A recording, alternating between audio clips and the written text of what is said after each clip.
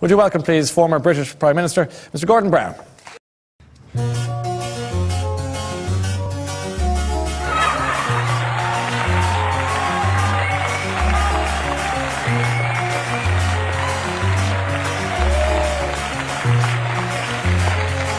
How are you? It's great to be on the show. What a wonderful bigoted woman. We gave you Take That as your support act tonight. Absolutely. They're very good. And it's good to see them back. Do you don't fancy doing one or come back yourself? I don't think people are going to have me back. Not today.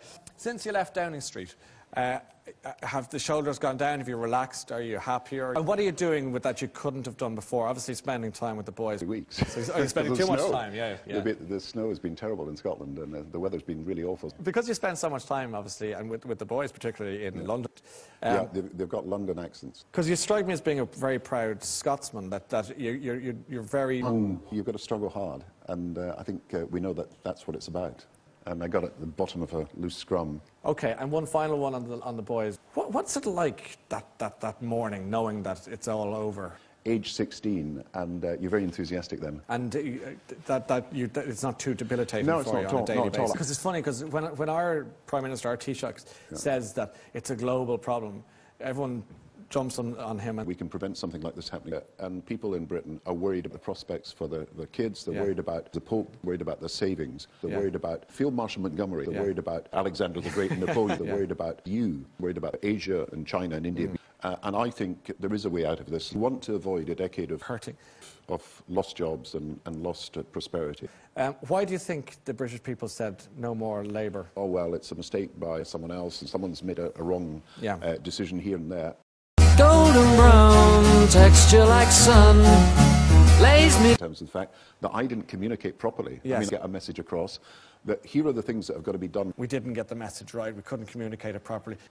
I'll certainly not forget. Just for our audience, we'd be curious to know how you, as the Prime Minister at the time, dealt with and got on with the likes of... Alexander the Great and Napoleon. They're both very good guys.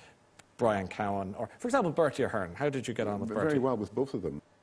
What went through your head? People are queuing outside banks, trying to get the money out. When we had to then... We actually did move very quickly, and we were binding ourselves into a whole series of uncoordinated actions that would actually make things worse. So we now own shares in most of these bigger banks. We partied too hard. I think you've got to look at it as... But I think you've got this resilient people. Is that enough? I think so. Really? Think so. Yes, I think you should be optimistic about your potential as a people. Okay. We have got massive...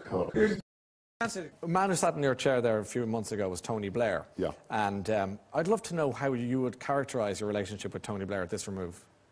Well, we worked together for, I don't know, 20 years almost. Yeah. And it's got its ups and downs like any other relationship. And, you know, and if you're working very closely together, then there's tensions. I mean, we fell out, I mean, and that probably caused a lot of the friction. Because I thought we can prevent something like this happening.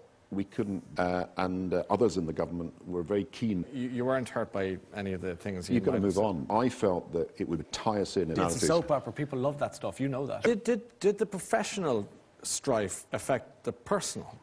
It's bound to. In politics, we concentrate too much on Field Marshal Montgomery. PBGBs. You know. Yeah, I went back home to see my mother, who's now dead, unfortunately. But she used to write to me sometimes and say, you know, I've been reading terrible things in the newspapers about you. Terrible. Are they true? Have you really used a swear word? And I had to say yes. Did you? I had to admit it. Tony and I get on pretty well, given that you go through great difficulties in politics. I mean, you have disagreements. I mean, you've got to be honest about it. I had made a decision that I think Irish people will understand. OK. One last question before I let you go, Gordon Brown. Which I get the impression that there's a big job left in you. You're too young. Do you think that there's a big world stage job left in you to carry out that you'd love to get your hands on? Yeah, I don't know. You're emotionally intelligent. Congratulations. And you're a